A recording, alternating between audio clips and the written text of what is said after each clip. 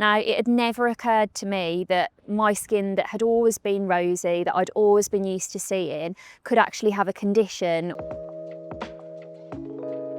Hi, I'm Rose. I'm a content creator and journalist, and today I'm going to tell you all about my rosacea skin story. So for as long as I can remember, I've always had a level of rosiness to my skin if I look back through old photos. But when I reached my late 20s, I happened to be on a work trip with someone that knows a lot about skin, and it was a really early morning, so I was doing my makeup on the train, and she stopped me and noticed that lots of my skincare wasn't appropriate for sensitive skin or redness. And she said, "I've got a feeling you might have rosacea, you should see a dermatologist." Now, it had never occurred to me that my skin that had always been rosy, that I'd always been used to seeing, could actually have a condition or that there was anything wrong with it. But lo and behold, when I did go and see someone, they told me I had rosacea. And I think the thing that shocked me the most was I had always just lived with this level of redness and assumed that that was my skin and there was no way around it. But she told me that by taking a few different steps, changing my skincare routine for a start, and then adding in some active ingredients that would help to minimise the redness, I could actually see a reduction in these symptoms quite quickly. And I found within a matter of weeks that my skin looked so much less red. I was amazed at how quickly things turned around. Alongside changing my skincare routine, one of the things that I was encouraged to do is identify my own triggers. And what I mean by that is there are certain things like being in really cold weather or really hot weather, eating certain things, drinking certain things that can make my skin flare up.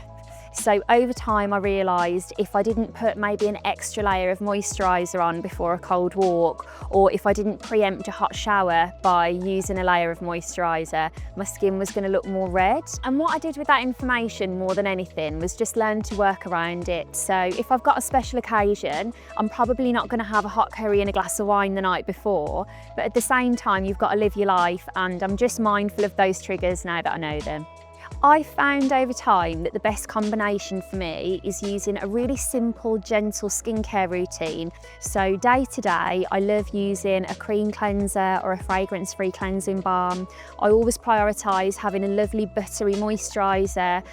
My skin's quite dry, and so that can sometimes contribute to feeling uncomfortable or tight in the skin. I always use an SPF 50.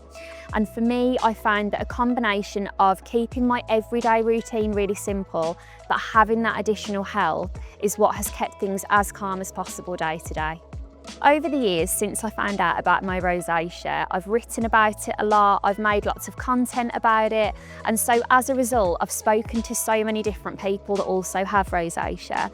And one of the key things that it's so important to remember is that everyone's skin is different, and so it's really important to have a one-to-one. There's 4 different types of rosacea, so your symptoms might be different to mine, and seeing an expert face-to-face makes a huge difference. If there's one thing I know from speaking to people about their rosacea and having people trust me with their stories, is that having any sort of skin concern can be debilitating.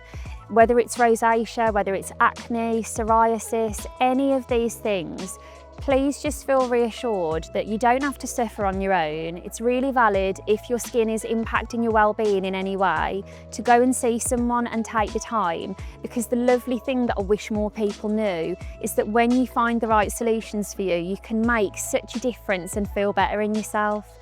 Please feel free to pop to your local Boots. It won't take you long, you don't have to pre-book, but it might just mean that you really get to the root of the problem, find what works, and ultimately feel great in yourself again.